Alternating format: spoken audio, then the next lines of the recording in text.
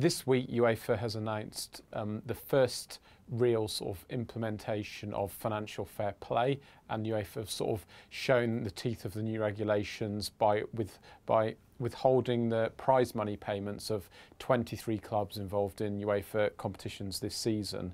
The first two seasons, UEFA are monitoring clubs, monitoring their accounts. The first action in terms of banning clubs from competition is not taken until next year, 2013, and then those sanctions come into place for the start of the 2014 season. There's four names that really stand out. There's particularly last season's Europa League winners, Atletico Madrid. Atletico Madrid, with the brilliant Radamel Falcao as the spearhead, they won the Europa League and also won the Super Cup only a fortnight ago when they beat Chelsea 4-1. They've had their money withheld because they've not paid their transfer payments on time.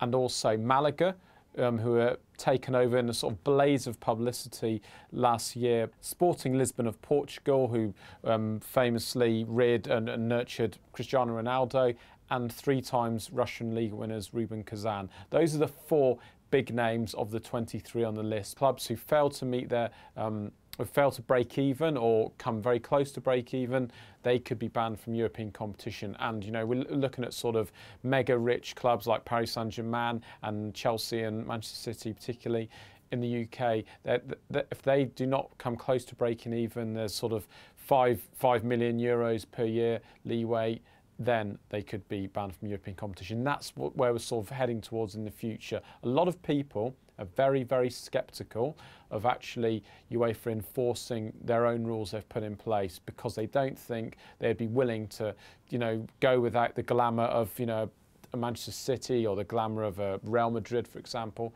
in the Champions League. That's what we'll all be following closely in the years to come.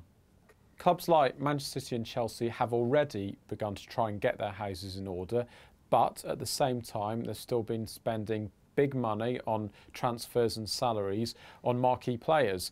But what they've started to do is get different commercial deals. They're trying to make up for the huge losses they've made. Manchester City made 197 million loss, record ever Premier League loss in their last financial set of accounts. So clubs like Man City and Chelsea, they've tried to get enhanced shirt sponsorship deals, try to get enhanced kit deals. Manchester City got a new naming rights deal last year with Etihad, which is now the name of their stadium. However, with financial fair play, there are caveats. For example, a club can spend as much as it wants on its youth academy.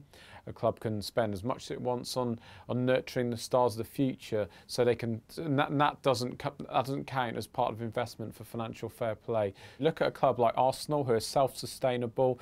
You know, they make a profit every year. They don't spend beyond their means. And then they look at clubs like Chelsea and Man City, who are just going out and spending 40 million on a player and paying him 8, 9, 10 million pounds a year salary. The clubs like Arsenal think financial fair play will suit them. However, it shouldn't be forgotten that Roman Abramovich has publicly said he is a supporter of financial fair play and has told UEFA that he believes it should be brought in. If you boil it down, Manchester United should benefit the most, because in terms of Premier League clubs, because they're the richest, they make the most money in terms of commercial income, they make the most money on the gate. They have the Glazer ownership, which sort of muddies the water a bit for them, and they're 500 million in debt. But in theory, Manchester United should benefit the most.